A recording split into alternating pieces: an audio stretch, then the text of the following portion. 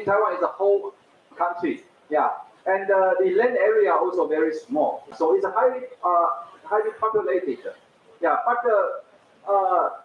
but why we are proud of our country and why we think that we should share our experience with the rest of the world? Because many people think that Taiwan is a successful story. Yeah, today in terms of the economic development, we are 20 largest economy in the world. 20 largest. Okay, yeah, it's a small size, but in terms of the GDP and the economic growth rate, it's very high. Yeah, and last year our average income surpassed Japan and Korea. Yeah, I don't feel I'm rich, but well, the statistics shows that our income is higher than Japan and Korea. Yeah. And you will also see that other indicators like like expediency and literacy is also very very high. Yeah. So I think that from different perspectives, we say that Taiwan is a successful story. Next. But if you read the newspapers, you see reports about Taiwan. Perhaps some of you noticed that last year there was a news saying that Taiwan was an important country to the world economy because Taiwan produced 65 to 70% of the computer chips in the world. So even you never been to Taiwan and you don't have any product from Taiwan with you, but I can bet every of you have something from Taiwan. Yeah, see your mobile phone inside. Yeah, there must be some chips either made in Taiwan or produced by Taiwanese companies in somewhere. Yeah. So in different IT sectors, the Taiwan is playing a leading role in the world. Okay. So now I'm getting into my topic. When I'm here in India, I also visit different universities and talk to the students and professors. Some of them ask me one question. What is your secret? What is Taiwan's secret for success? Why you could do so much? Small island, small population, and no natural resources. How could you achieve this? Actually, I have been thinking about this question. And now I think the question is, for me, if you want me to give one single factor that saying that why Taiwan is successful, I think that the answer is education. Education. Okay. Next. Some figures, then you can have some idea. In 2020, we spent 21 billion US dollars on education. Okay? Yeah, of course, the 21 billion US dollars is a huge amount, but this amount is about 24% of the entire government budget. Yeah, so you can compare to other countries. Which country could achieve this high? Almost 1/4 of the government budget is on education. Yeah, and because we spend a lot of devoted a lot of resources and funding on education. So among the age of 25 to 64 years old, almost half, 64% of these people, they have received higher education. Means that they have at least college degrees. Yeah. So I think that education is the key. You want to make your country, you want to make your home success, you have to devote it to education. Yeah. And but it is not always like this. When we say that Taiwan's education achievements, it's not that we always spend so much money and devote so much resources. In 1990, about 30 years ago, Taiwan had only 30 universities. But today, we have 167 universities in all Taiwan. Yeah. But this is also a problem. Yeah. What's the problem? Next. This is a problem. And here you will see the population pyramid comparison between Taiwan and India. On the left side is Taiwan, and on the right side is India. Okay. So which one looks better? India one. India one. Why? You see, because in Taiwan, most of the people are in the mid-age people. Yeah, the mid-age people. So average age in Taiwan is a 42 years old. 42 years old. Yeah, it means that 50% of the population are above 42 years old. But India, the average age is only 28. Yeah.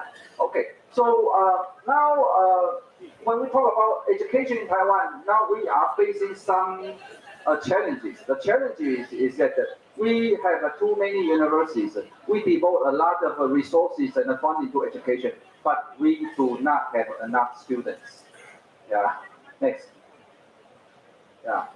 So, so in the past 10, I would say in the past 10, 15 years, there's a policy in Taiwan that is try to make our education international, to build up international connections and linkages.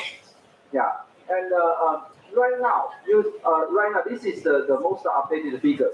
We have 1.2 million of university students, and among them, that 1 million are undergraduate, and 200,000 are master or PhD students. And the number of international students is about 100,000, 1 lakh. Yeah, okay. So it's around like 8 or 9%, 8 or 9%.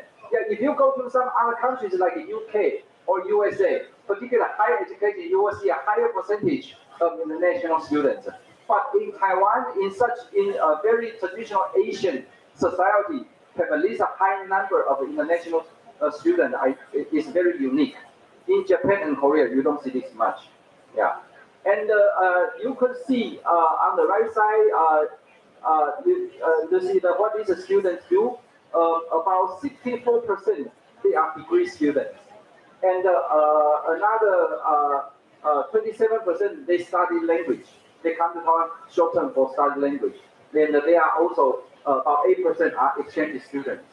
Yeah, so this is the general situation of the Taiwanese international students. I mean international students in Taiwan. Next. How about India? Yeah, and now let's see the figures about India. Right now, there are about 3,000 Indian students studying in Taiwan. I know some of them come from Assam. I don't know anyone from Bodoland, but I know there are quite a few from Assam because I know them. Yeah. And among these 3,000 students, about half, 48%, they study degree. And another 35 students, they are exchange students for short-term study in Taiwan. And only 70% they come to study language. And what subject they study? And on the right side, I also make some statistics. I also make some calculation. Among the 1,400 degree-seeking students, most of them, they study STEM, science technology subjects. Yeah, and some study medicine and life science. And also a few study management. But in terms of the social science, art, humanities, agriculture, very few. Yeah. So actually, I would say that Taiwan right now, universities are very open. They want to receive more international students. Or university also interested in promoting international cooperation. And India for us is the best choice. The reason is very simple. Indian students go to Taiwan, you speak good English. Yeah, when we receive students from Indonesia and Vietnam, they probably don't speak that good English like Indians. Yeah. And Indians are also very, you can adapt to any kind of environment. Yeah, you can live in US, you can live in Europe, and you can live in Taiwan. And of course that the culture is very different. Yeah, and also that India have a lot of like a vegetarian population, but Taiwan we also have a vegetarian food. Yeah, and Taiwan's high education is a highly developed, and among our 167 universities, among 30 of them are top 1,000 universities in the world. Yeah, so actually, you see that because we devoted a lot of resources on higher education, and so right now Taiwan would be a good partner for India, either for students coming to Taiwan to study, or for scholars coming to Taiwan for research, or for university to build up a partnership, yeah, with Taiwan. Next. Yeah, this is the last slide, and I also list some scholarship and also fellowship opportunities from Taiwan. And right now we have a various projects, not just getting Indian students to Taiwan to study for degree. We also have a language scholarship that is to grant scholarship to Indian students come to Taiwan for 3 months or 6 months to study for language. We also have an internship project. You come to Taiwan to do internship, and it is a paid internship for 2 months to 4 months, and also postdoc, and also we also cooperate with the Indian Ministry of Science and Technology and ICS, Indian Council for Social Science Research, and we have a joint research collaboration project. If an Indian scholar want to have this research collaboration with Taiwan, there are projects over there. Yeah. So so today I'm here just to give you a very general introduction.